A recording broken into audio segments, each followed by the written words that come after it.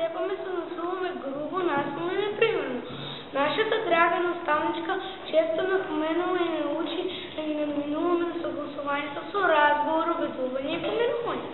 Моите родители са загрижени кога настануват конфликти помежду мене и моите другачи и ме съветуват да не се караме и тепам со нив.